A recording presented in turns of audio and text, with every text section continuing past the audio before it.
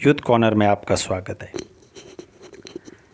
जीवन और अभिमान, अभिमान और गर्व, इन तीन शब्दों में बहुत बड़ा अंतर है और ये तीन शब्द हमारे जीवन के आसपास जन्म से लेकर मृत्यु तक घूमते रहते हैं। जीवन में मौका मिले तो थोड़ा सा गर्व ज़रूर कर लीजिएगा, यदि चाहें तो भरपूर गर्व कर लीजिएगा, लेकिन तिनका भर भी अभिमान न कीजिए।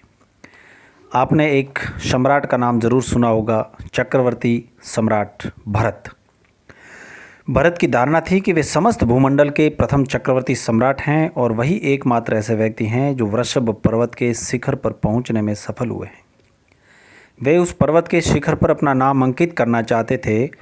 उनका विचार था कि शिखर पर उनका नाम पहला होगा, किंतु वहां पहुंचकर सम्राट भरत अचंभित रह गए। उन्होंने शिखर के ऊपर नीचे दाएं बाएं सब और देखा। शिखर पर इतने नाम अंकित थे कि वहाँ इतना स्थान भी शेष नहीं बचा था कि सम्राट भरत अपना एक और नाम वहाँ लिखवा सकें। और सबसे अधिक चकित कर देने वाली एक और बात उनके सामने आई कि वे सभी के सभी नाम चक्रवर्ती सम्राटों के थे। यह देखकर भरत का सारा अभिमान चूर चूर हो गया, अभिमान का पिटारा टूट गया। उनका कितना मिथ्या अभिमान था वह उन्हें उसी वक्त पता चल गया। यूनान में अल्सिबाइडिस नाम का एक जागीरदार था। उसे अपनी जागीर एवं संपन्नता का बड़ा गर्व था। वह हर एक के सामने अपने वैभव का बखान किया करता था। एक दिन संत सुकरात से उनकी भेंट हुई और उसने अपने स्वभाव के अनुसार उनके सम्मुख भी अपने ऐश्वर्य का वर्णन करना प्रारंभ कर दिया। वो अपने मुँह मियाँ मिट्टू बनने लगा। कुछ देर तक तो संत सुकरात उसकी बातें सुनते रहे, फिर उसे अपने घर ले गए। वहाँ उन्होंने अपने एक शिष्य से संसार का मानचित्र मंगवाया। सामने फैलाकर उस जागीरदार से बोले, अपना यूनान देश इसमें आप देखते हैं कि कहाँ है? जागीरदार ने कुछ देर ढूंढने के बाद एक स्थान पर उंगली रखते हुए कहा, यह रहा मेरा यूनान। सुकरात ने पूछा, और अपना एटिका प्रांत कहाँ है, जरा बताइए। जागीरदार बड़ी खोज के बाद प्रांत को ढूंढ सका, क्योंकि प्रांत का नाम बहुत ही छोटे अक्षरों में लिखा हुआ था। सुकरात ने फिर पूछा, इसमें आपकी जागीर कहाँ है? जागीरदार ने उत्तर दिया, संसार के मानचित्र में इतनी छोटी जागीर कैसे दिखाई जा सकती है?